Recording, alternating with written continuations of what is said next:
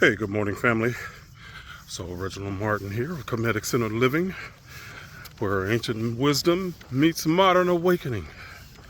So, I wanted to talk about an idea that is going to seem kind of controversial, but it's going to make sense in the context of understanding the universal laws and as above, so below. Okay. And this again is from, I have to bring in our Christian training because it ends up putting a limitation on how we can use this information and knowledge to really strengthen ourselves and to really understand how we as souls develop wisdom. So it's the idea of really dealing with enemies, okay?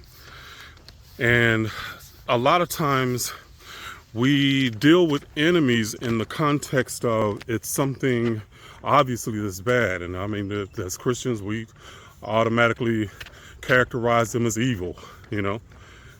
But what ends up happening is we travel as souls, we travel in packs, really. So we have our soul level communities.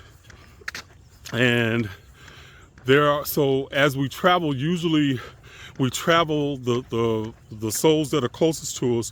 We're all kind of traveling in the same pack, and we'll all be at the same level of understanding and learning. Okay, so just give or take. Okay, so when we're traveling in packs, we decide before we incarnate what roles a lot of times we're going to play in people's lives. You've probably heard the term, or you might have heard the term, soul contracts. And a soul contract just basically means that before you got here, you contracted with that individual that's here on earth and telling them what role you're going to play in their life, okay, in their earth life. Family, sometimes the soul that we are, or the people that we see as the enemy, are actually in the soul world some of our closest friends, so to speak. And I'm having to use earthly terms to describe this idea, and it's not, the analogy doesn't always equate, but I'm just trying to give you an understanding here, just to get it close. But you can have a soul friend, and that soul friend actually contracts with you to play the bad guy or the bad gal in your life. Oh, and I wanted to make an addendum, family, and explain why somebody in the soul world would make that contract with you, to basically play the bad person, and what it means to them. So one is that they care about you, and two, there's consequences for them playing the good guy and the bad guy. Okay, so there's going to be energetic consequences, because they could get entangled in the web of life and forget who they are, and they can start going down a path that the soul cannot raise them up from. Okay, and that means that they can tie themselves energetically to situations or to thought processes and beliefs that end up affecting their energy while in life, and then even their reincarnational selves, because you end up tying yourself to a certain type of energy that is unbalanced. Then you have to balance it. Okay, so that's part of the consequence of contracting to play the bad guy or bad girl. But the deal is that you're going to learn the lesson. No matter what it is, you're going to learn the lesson at some point. But it's just like when we were kids, man, we played cops and robbers, cowboys and Indians, and blah blah blah, and sometimes we switch roles because we got tired of being one role or the other. Okay, in those as souls, we do the same thing in life, or with lives. All right, family. So that's just a little addendum on that. Okay. And when I talked about the idea before of as above, so below, that's helping you understand the idea of that that heaven and what we well, no, I don't even want to use that term. Let me back up. Erase heaven. Okay, the above and the below are actually inverted. They're like mirror images of each other. So what that means is that the highest high in the above is the lowest low in the below, which is the underworld or earth. Okay. So as souls, when we incarnate on earth, a lot of times the way that we learn lessons is through the opposites. Okay. In other words, if you want to learn how to love yourself, you're going to be put in a position where you're going to have people around you, circumstances, society, whatever, that that tells you that you're wrong, you're bad, you're not the norm, all this stuff, okay? And through having to come through that, to learn the opposite about yourself, you literally have to mentally overcome that. So you're put through the opposite on earth to become your God self when you awaken. Okay, that makes sense.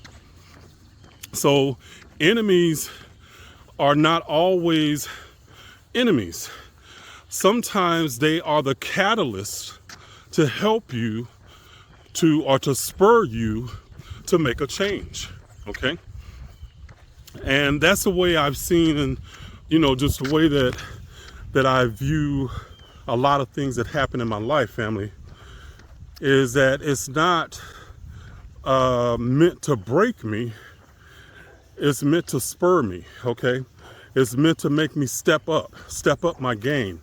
Because what happens is, and we've all been through this, family. So understand, when I'm speaking to you, it is not a judgment. It's not a judgment. It is something that I've had to deal with and overcome. So I'm saying to you that absolutely, positively, you can too, because I know how difficult this journey can be, especially when we're trying to throw off those old chains that we've been taught, that's given us frames of good and evil. The what do you call it? The dualistic thinking. When you're trying to throw off those chains, family, is difficult, and I know it. So don't beat yourself up if you're not like getting this stuff right off. And don't get into the mindset of thinking that you have to be perfect. It's not about perfection, family. It's about progress. And progress is something that is ongoing. Perfection means stagnation. That means you reach this state, or this perceived state, where nothing ever changes again. It's perfect. It can't change because it's perfect. Okay? That's not how the universe is. That's not how consciousness operates. Consciousness is always looking for new experience. Okay? And in this life, a lot of times that experience is what really gets us going. So if we have a negative experience, it's kind of like analogous to lifting weights. It is the heavy weight, the push against the heavy weight when your muscles are lifting, that actually ends up helping you to build muscle. But the thing is that the response from the muscle is from an injury, really. It's you literally tearing the tissue, and then because you tore the tissue, you end up building muscle. It ends up repairing itself, and it becomes stronger during the repair. Okay, that's really how bodybuilding works, how muscle building works. So life is no different. You build yourself through the difficulties. Okay, it is the difficulties that are going to make you come back stronger, unless you play the victim. Okay. Victims don't grow, they crumble. Okay? And believe me, been there, done that, man, I know what that's like.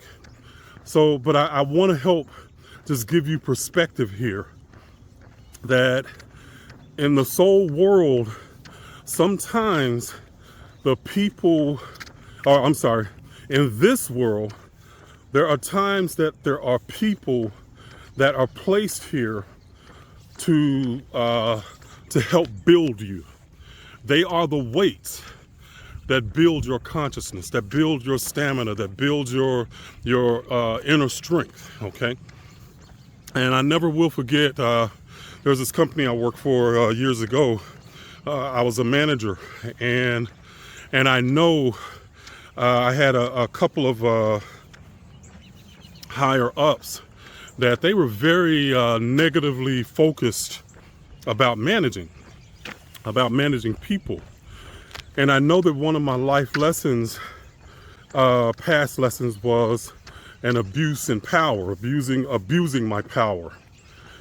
And one of those lessons that I had to learn was to be compassionate in the face of abusing, in the face of having the ability to abuse someone to get what I needed to done, and instead deal with them compassionately and uplift them to get it done. Okay. Well, these two managers, they had a management style of abusive, being abusive to people, whether it was verbally or whatever. They wanted you to fear them, and the way that they wanted me to manage my employees was from that same perspective. And I knew that that wasn't the best way to get things out of people, because it wasn't the best way to get things out of me. So they would basically try and tell me, how to manage my people. And we had to go head to head sometimes. And I mean, I put my job on the line. I just basically told one of them one day, I'm not going to do that. I'm not going to treat my people that way. And, this one particular guy, he wanted to talk to me a certain kind of way. I had to pull him outside because I'm like, dude, I'm a man and you're a man. You're not going to talk to me like that, especially not in front of my employees. You're not going to dress me down like that. If that continues, we don't have a problem. So, well, needless to say, he stopped doing that. But the bottom line is that I had to learn those two guys actually helped me to overcome a lesson in abusing power, that they became the catalyst for me to say, no, I'm not going to abuse power again. I'm going to be compassionate and love and uplift people. Okay. So in the soul world, I imagine that they are two people that are in my pod, my soul pod. I guess that's one way, I talk about it in the my metaphysics soul level operating system course, is that the soul pods that we have are that they were in my soul pod, and they contracted with me to specifically help me to learn that lesson. Okay, they became the enemy so that I could rise above it and learn the lesson. Okay, so to this day, I will not treat another person in a way that is going to lower their self-esteem, lower their vibration, just negatively impact them, to the best of my ability. All right. But at any rate, so that's just, so understand, when you start to frame things as the enemy and evil, it becomes a source of disempowerment, because you don't see the lesson that could be learned from the interaction that you're having with this individual, with society, with whatever it might be. Okay. But when you recognize life as feedback, then you can start to be the observer of your experience and become the scientist. Okay. And a scientist, of course, is going to observe, experiment, hypothesize, and then test and make changes where it needs to be made. But when we were religious, we never looked within to see what it could be that we could change in order to affect change in our world, okay? And that's what being the spiritual scientist is. And what I teach here at KCL and, Metaphysics. It's about really gaining the ability to be your guide, your own internal guide, and connecting to your own internal compass, okay? All right, family. So that's it. So enemies are not necessarily your enemies. They might be on earth, but understand, as above, so below. They're going to invert who they are in the soul world to you contractually, okay, and help you to gain wisdom, knowledge, and build yourself, okay? So let me know what you think about that idea in the comments, and I will talk at you another day, and you guys have an amazing, amazing day, okay? All right, family.